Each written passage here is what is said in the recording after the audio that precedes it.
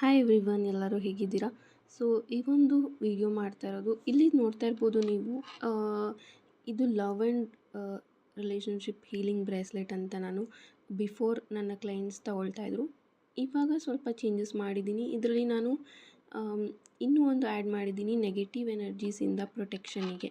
So ನಿಮ್ಮ relationship ಮೇಲೆ ಯಾವುದೇ ಒಂದು ಕೆಟ್ಟ ದೃಷ್ಟಿ ಆಗಿರ್ಬೋದು, ಏನೇ ಆಗಿದ್ದರೂ ಅದು ಕ್ಲಿಯರ್ ಆಗ್ತಾ ಬರೋಕ್ಕೆ, ಕಡಿಮೆ ಆಗ್ತಾ ಬರೋಕ್ಕೆ, ಆ್ಯಂಡ್ ಇನ್ನೂ ನೀವು ಪ್ರೊಟೆಕ್ಷನ್ ಬೇಕು. ಯಾವುದೇ ನೆಗೆಟಿವ್ ಎನರ್ಜೀಸ್ ಆಗಿರ್ಬೋದು, ದೃಷ್ಟಿ ಆದರೂ ಆಗಬಾರ್ದು ಮುಂದೆ ಅಂತ ಇದ್ದರೆ ಆವಾಗಲೂ ಸಹ ನೀವು ಈ ಒಂದು ಬ್ರೇಸ್ಲೆಟ್ನ ವೇರ್ ಮಾಡ್ಬೋದು. ಏಕೆ ಅಂತಂದರೆ ಇದರಲ್ಲಿ ಬ್ಲ್ಯಾಕ್ ಟೋನ್.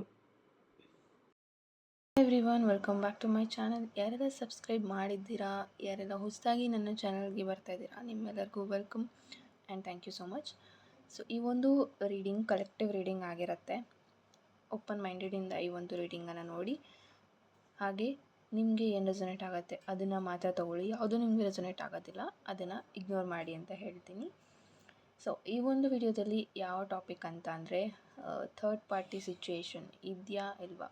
ಸೊ ತುಂಬ ಜನಕ್ಕೆ ಡೌಟ್ಸ್ ಇರುತ್ತೆ, ಇಲ್ಲಿ ಯಾರಾದರೂ ಥರ್ಡ್ ಪಾರ್ಟಿ ಇದ್ದಾರಾ, ಬ್ರೇಕಪ್ ಆಗಿದ್ದರೆ ಅಥವಾ ನೋ ಕಾಂಟ್ಯಾಕ್ಟಲ್ಲಿ ಇದ್ದರೆ ಏನಕ್ಕೆ ಇಗ್ನೋರ್ ಮಾಡ್ತಾ ಇದ್ದಾರೆ ನಿಮ್ಮ ಪರ್ಸನ್. ಸೊ ಇದೆಲ್ಲದಕ್ಕೂ ಈ ಒಂದು ರೀಡಿಂಗಲ್ಲಿ ನೋಡೋಣ. ಸೊ ವಿಡಿಯೋನ ಕಂಪ್ಲೀಟಾಗಿ ನೋಡಿ. ಇವತ್ತು ಸ್ವಲ್ಪ ಡಿಫ್ರೆಂಟಾಗಿಯೇ ನಾನು ರೀಡಿಂಗನ್ನು ಕೊಡ್ತೀನಿ. ಆ್ಯಂಡ್ ಆಲ್ಸೋ ಇದು ಒಂದು ಜನರಲ್ ರೀಡಿಂಗ್ ಆಗಿರುತ್ತೆ. ತುಂಬ ಜನ ನೋಡ್ತಾ ಇರ್ತೀರ, ನಿಮಗೆ ಏನು ರೆಸೊನೇಟ್ ಆಗುತ್ತೆ ಅದನ್ನ ಮಾತ್ರ ತೊಗೊಳ್ಳಿ. ಇಫ್ ಇನ್ ಕೇಸ್ ನಿಮಗೆ ಪರ್ಸ್ನಲ್ ರೀಡಿಂಗ್ ತೊಗೊಬೇಕು ಅಂತ ಇದ್ದರೆ ಡಿಸ್ಕ್ರಿಪ್ಷನಲ್ಲಿ ನಾನು ವಾಟ್ಸಪ್ ನಂಬರನ್ನು ಕೊಟ್ಟಿದ್ದೀನಿ, ಅದಕ್ಕೆ ನೀವು ವಾಟ್ಸಪ್ ಮೆಸೇಜನ್ನು ಸಹ ಮಾಡ್ಬೋದು. So let's start the reading. So ಯಾರೆಲ್ಲ ಈ ಒಂದು ರೀಡಿಂಗ್ನ ನೋಡ್ತಾ ಇದ್ದೀರಾ, ನಿಮಗೆ ನಿಮ್ಮ ಪಾರ್ಟ್ನರ್ ಮೇಲೆ ಏನಾದರೂ ಅನ್ನಿಸ್ತಾ ಇದ್ರೆ, ಲೈಕ್ ಥರ್ಡ್ ಪಾರ್ಟಿ ಇದ್ದಾರಾ ಇಲ್ವಾ ಅಂತ ಸಮ್ ಕ್ವಶನ್ಸ್ ನಿಮಗೆ ಇದ್ದರೆ, ಸೊ ಅವ್ರಿಗೆ ಈ ಒಂದು ಕ್ವಶನ್ಗೆ ಆನ್ಸರ್ನ ನಾನಿಲ್ಲಿ ಕೇಳ್ತಾ ಇದ್ದೀನಿ. ಸೊ ಲೆಟ್ಸ್ ಚೆಕ್ ಫಸ್ಟ್, ಇಲ್ಲಿ ಥರ್ಡ್ ಪಾರ್ಟಿ ಎನರ್ಜಿ ಇದೆಯಾ ಇಲ್ವಾ ಅಂತ.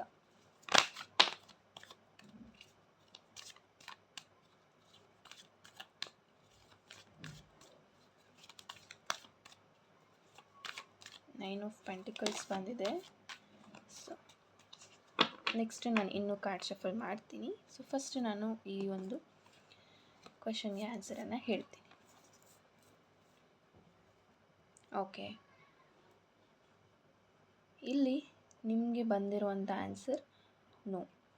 ಇಲ್ಲಿ ಥರ್ಡ್ ಪಾರ್ಟಿ ಎನರ್ಜಿ ಇದೆಯಾ ಅಂತ ನಿಮಗೇನಾದರೂ ಕ್ವಶನ್ ಇದ್ದರೆ ದ ಆನ್ಸರ್ ಈಸ್ ನೋ. ಇಲ್ಲಿ ಯಾವುದೇ ಥರ್ಡ್ ಪಾರ್ಟಿ ಎನರ್ಜಿ ಇಲ್ಲ. ಬಿಕಾಸ್ ಇಲ್ಲಿ ಅವರು ಫೈನಾನ್ಷಿಯಲಿ ಆ್ಯಂಡ್ ಅವ್ರ ಕರಿಯರ್ ಕಡೆ ಅವ್ರು ಫೋಕಸ್ ಮಾಡ್ತಾ ಇದ್ದಾರೆ.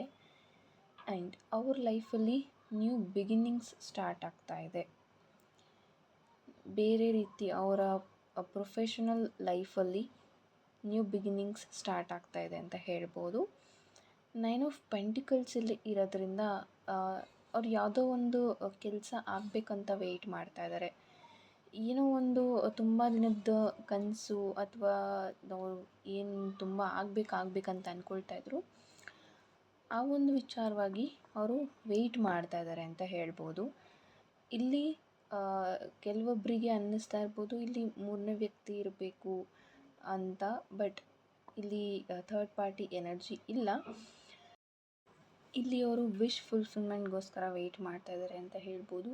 ಅವ್ರ ಲೈಫಲ್ಲಿ ಏನಾದರೂ ಬೈ ಮಾಡಬೇಕು ಅಂತ ಇದ್ದರೆ, ಪ್ರಾಪರ್ಟಿ ಆಗಿರ್ಬೋದು, ವೆಹಿಕಲ್ ಆಗಿರ್ಬೋದು, ಇದನ್ನು ಬೈ ಮಾಡಬೇಕು ಅಂದ್ಕೋತಾ ಇದ್ದರೆ ಅದ್ರ ಕಡೆ ಅವರು ಕಂಪ್ಲೀಟ್ ಕಾನ್ಸಂಟ್ರೇಟ್ ಅಥವಾ ಏನು ಟೈಮನ್ನು ಅವರು ಆಗ್ತಾ ಇದ್ದಾರೆ ಅದೆಲ್ಲ ಕಂಪ್ಲೀಟ್ ಆ ಕಡೆ ಇದೆ ಅಂತ ಹೇಳ್ಬೋದು.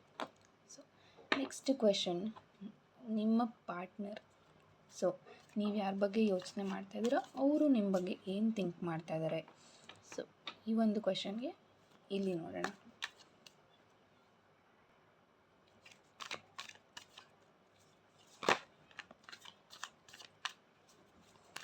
ಸೊ ತುಂಬ ಜನಕ್ಕೆ ಅನಿಸ್ತಾ ಇರ್ಬೋದು ನೋ ಕಾಂಟ್ಯಾಕ್ಟ್ ಅಥವಾ ದೂರನೂ ಆಗಿರ್ಬೋದು, ಮಾತಾಡ್ತಾ ಇಲ್ಲ, ಬಟ್ ಯೋಚನೆ ಮಾಡ್ತಾರಾ ನಿಮ್ಮ ಬಗ್ಗೆ ನೋಡೋಣ.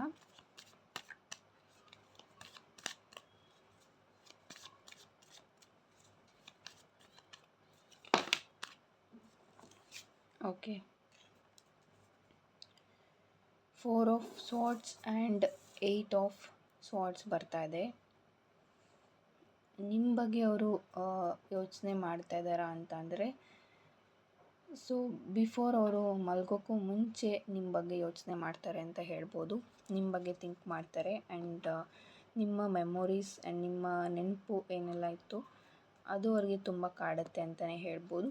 ಬಟ್ ಇವಾಗ ಕರೆಂಟ್ಲಿ ಅವರು ಯಾವುದೇ ಡಿಸಿಷನ್ನ ತಗೊಳ್ಳೋ ಅಂಥ ಸ್ಟೇಜಲ್ಲಿ ಇಲ್ಲ ಅಂತಲೂ ಬರ್ತಾ ಇದೆ.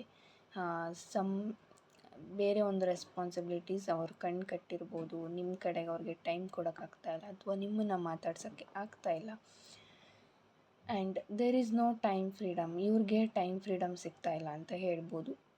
ಆಲ್ಸೋ ಈ ಒಂದು ರಿಲೇಷನ್ಶಿಪ್ಪಲ್ಲಿ ಫ್ರೀಡಮ್ ಇಲ್ಲ ಅಂತಲೂ ಇವ್ರಿಗೆ ಅನ್ನಿಸ್ತಾ ಇರ್ಬೋದು. ಇಲ್ಲಿ ಟೈಮ್ ಫ್ರೀಡಮ್ ಸಹ ಇಲ್ಲದೆ ಇರೋದ್ರಿಂದ ಆ್ಯಂಡ್ ಕಂಪ್ಲೀಟ್ಲಿ ಅವರು ಏನು ಅವ್ರ ಪ್ರೊಫೆಷ್ನಲ್ ಲೈಫ್ ಕಡೆ ಫುಲ್ ಬ್ಯುಸಿ ಆಗಿರೋದ್ರಿಂದ ನಿಮಗೆ ಅವರು ಟೈಮ್ ಕೊಡೋಕ್ಕಾಗ್ತಾಯಿಲ್ಲ ಅಂತ ಇಲ್ಲಿ ಬರ್ತಾ ಇದೆ. ನಿಮ್ಮ ಬಗ್ಗೆ ಅವ್ರು ಯೋಚನೆ ಮಾಡ್ತಾರಾ ಅಂತ ಅಂದರೆ ಡೆಫಿನೆಟ್ಲಿ ಎಸ್, ನಿಮ್ಮ ಬಗ್ಗೆನೂ ಅವ್ರು ಯೋಚನೆ ಮಾಡ್ತಾರೆ. ನಿಮ್ಮ ಮೆಮೊರೀಸ್ ಅವ್ರಿಗೆ ನೆನಪಾಗತ್ತೆ. ಮಲ್ಗೋಕ್ಕೂ ಮುಂಚೆ ಅಥವಾ ಎದ್ದ ತಕ್ಷಣ ನಿಮ್ಮ ಬಗ್ಗೆ ಯೋಚನೆ ಮಾಡ್ತಾರೆ. ಬಟ್ ಯಾವುದೇ ಕಾಂಟ್ಯಾಕ್ಟ್ ನಿಮ್ಮನ್ನು ಮಾಡ್ತಾ ಇಲ್ಲ. ಕರೆಂಟ್ಲಿ ನಿಮಗೆ ಅದು ತುಂಬ ಅಪ್ಸೆಟ್ ಮಾಡ್ತಾ ಇರ್ಬೋದು. ನಿಮಗೆ ಸಹ ತುಂಬ ಯೋಚನೆ ಬರ್ತಾ ಇರ್ಬೋದು. ಅದು ಎಲ್ಲೋ ಒಂದು ಕಡೆ ನಿಮಗೆ ಹರ್ಟ್ ಆಗ್ತಾ ಇದೆ. And the next question, so ನಾನೇ ಇಲ್ಲಿ ರ್ಯಾಂಡಮ್ ಆಗಿ ಕ್ವೆಶನ್ಸ್ನ ಪಿಕ್ ಮಾಡಿದ್ದೀನಿ. ಯೂಶ್ವಲ್ ಆಗಿ ನನ್ನ ಕ್ಲೈಂಟ್ಸ್ ಏನು ಕ್ವೆಶನ್ಸ್ ನನಗೆ ಕೇಳ್ತಾರೆ ಪರ್ಸ್ನಲ್ ರೀಡಿಂಗಲ್ಲಿ, ಅದನ್ನು ನಾನಿಲ್ಲಿ ಕಲೆಕ್ಟಿವ್ ರೀಡಿಂಗಲ್ಲಿ ತೊಗೊಳ್ತಾ ಇದ್ದೀನಿ. ಸೊ ನೆಕ್ಸ್ಟ್ ಇಲ್ಲಿ ನಿಮ್ಮ ರಿಯೂನಿಯನ್ ಚಾನ್ಸಸ್ ಇದೆಯಾ ಅನ್ನೋದ್ರ ವಿಚಾರವಾಗಿ ನೋಡೋಣ.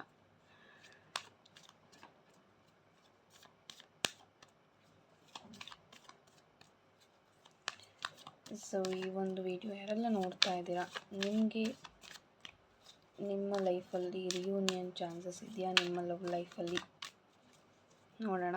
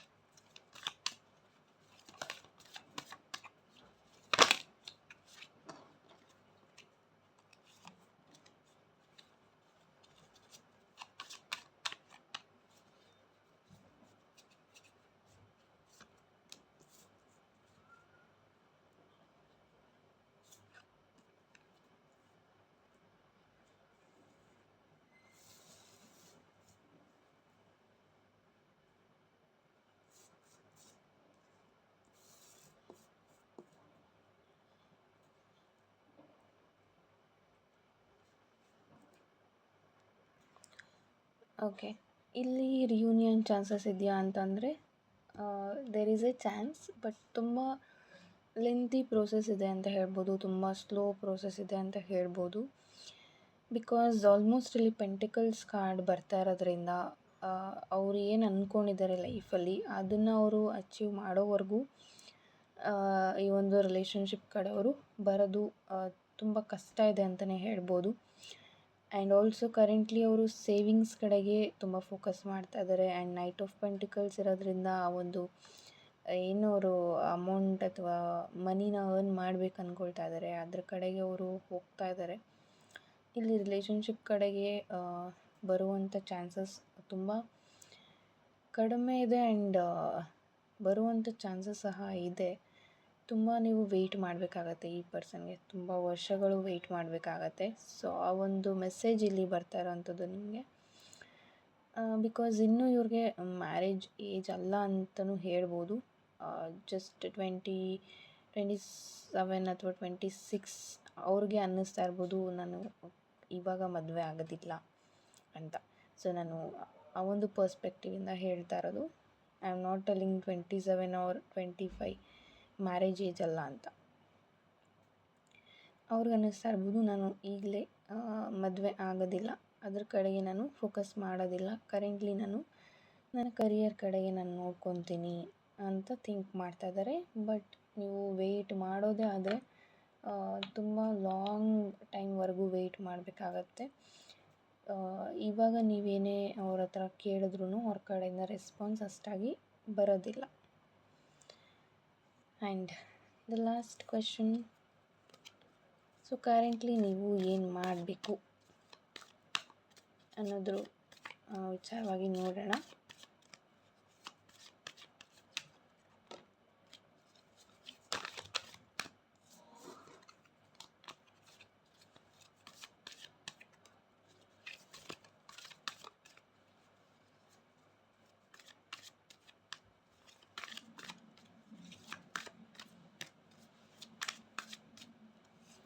ಓಕೆ, ಸೊ ನೀವೇನು ಮಾಡಬೇಕು ಅನ್ನೋದಕ್ಕೆ king of wands and the pool card ಇಲ್ಲಿ ಬರ್ತಾ ಇದೆ. ಸೊ ನೀವೇನಾದರೂ ತುಂಬ ಮಾತಾಡ್ತಾ ಇದ್ದೀರಾ, ತುಂಬ ಯಾರ ಹತ್ರ ಆದರೂ ಕಮ್ಯುನಿಕೇಟ್ ಮಾಡ್ತಾ ಇದ್ದೀರಾ ಈ ರಿಲೇಷನ್ಶಿಪ್ ಬಗ್ಗೆ ಅಂತ ಅಂದರೆ ಸ್ಟಾಪ್ ಮಾಡಿ ಅಂತ ಹೇಳ್ತೀನಿ. ಬಿಕಾಸ್ ನೀವು ಒಂದು ಸ್ವಲ್ಪ ಇಲ್ಲಿ ತಪ್ಪಾಗಿ ಮಾತಾಡಿದ್ರೂ ಇಲ್ಲಿ ಬೇರೆ ರೀತಿಯೇ ಚೇಂಜಸ್ನ ನೀವು ನೋಡ್ತೀರಾ ಅಂತ ಹೇಳ್ಬೋದು. ಕಿಂಗ್ ಆಫ್ ವ್ಯಾಂಡ್ಸ್ ಇರೋದ್ರಿಂದ ಎಸ್, ಇಲ್ಲಿ ಫೀಲಿಂಗ್ಸ್ ಇದೆ, ನಿಮ್ಮ ಪಾರ್ಟ್ನರ್ಗೂ ನಿಮ್ಮ ಮೇಲೆ ಫೀಲಿಂಗ್ಸ್ ಇದೆ. ಕರೆಂಟ್ಲಿ ನೀವು ದೂರ ಇದ್ದೀರಾ ಅಂತ ಯಾವುದೇ ಮಾತುಗಳನ್ನು ಬೇರೆಯವ್ರಿಗೆ ತುಂಬ ಹೇಳಕ್ಕೆ ಹೋಗಬೇಡಿ ಅಂತ ಬರ್ತಾ ಇದೆ. ಆ್ಯಂಡ್ ಈ ಪರ್ಸನ್ ಲಾಯಲ್ ಆಗಿ ಇದ್ದಾರೆ, ಸೊ ನೀವು ವೆಯ್ಟ್ ಮಾಡಿ ಅಂತ ಬರ್ತಾ ಇದೆ. ಆ್ಯಂಡ್ ನಿಮ್ಮ ರೆಸ್ಪಾನ್ಸಿಬಿಲಿಟೀಸ್ನ ನೀವೆಲ್ಲೋ ಒಂದು ಕಡೆ ಮರಿತಾ ಇದ್ದೀರಾ. ಆ್ಯಂಡ್ ನಿಮ್ಮ ಹೆಲ್ತ್ ಕಡೆಗೆ ಗಮನ ಕೊಡ್ತಾ ಇಲ್ಲ ಅಂತ ಬರ್ತಾ ಇದೆ. ಆ ಕಡೆಗೆ ಸ್ವಲ್ಪ ಫೋಕಸ್ ಮಾಡಿ. Thank you so much. ಈ ಒಂದು ರೀಡಿಂಗ್ ರೆಸೊನೇಟ್ ಆಗಿದೆ ಅಂತ ಅಂದ್ಕೊತೀನಿ. ಸೊ ಪಾಸಿಟಿವ್ ಮೆಸೇಜ್ನ ಕ್ಲೇಮ್ ಮಾಡೋದಕ್ಕೆ 222 ಅಂತ ಕಮೆಂಟ್ ಮಾಡ್ಬೋದು. ಥ್ಯಾಂಕ್ ಯು ಸೋ ಮಚ್ ಎಲ್ಲರಿಗೂ. ಪರ್ಸ್ನಲ್ ರೀಡಿಂಗ್ ಬೇಕು ಅಂತ ಅಂದರೆ ಡಿಸ್ಕ್ರಿಪ್ಷನಲ್ಲಿ ವಾಟ್ಸಪ್ ನಂಬರನ್ನು ಕೊಟ್ಟಿದ್ದೀನಿ. ಆ್ಯಂಡ್ ಆಲ್ಸೋ ನೀವು ಬ್ರೇಸ್ಲೆಟ್ಸನ್ನು ಸಹ ಪರ್ಚೇಸ್ ಮಾಡ್ಬೋದು. Thank you so much.